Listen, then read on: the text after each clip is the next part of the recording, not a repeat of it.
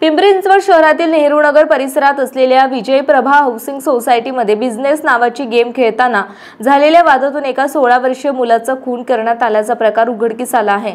या भयंकर घटनेने परिसरात एकच खळबळ उडाली असून या प्रकरणी 19 वर्षीय मुलावर गुन्हा दाखल करण्यात आला आहे। याबाबत सविस्तर माहिती अशी की गेम खेळता झालेल्या वादातून एका 16 वर्षीय अल्पवयीन मुलाची हत्या करण्यात आल्याचे समोर आले आहे। पिंपरी चिंचवडमधील नेहरू नगरमध्ये ही भयंकर घटना घडली। गणेश नागनाथ कुऱ्हाडे असे खून करण्यात आलेल्या अल्पवयीन मुलाचे नाव आहे।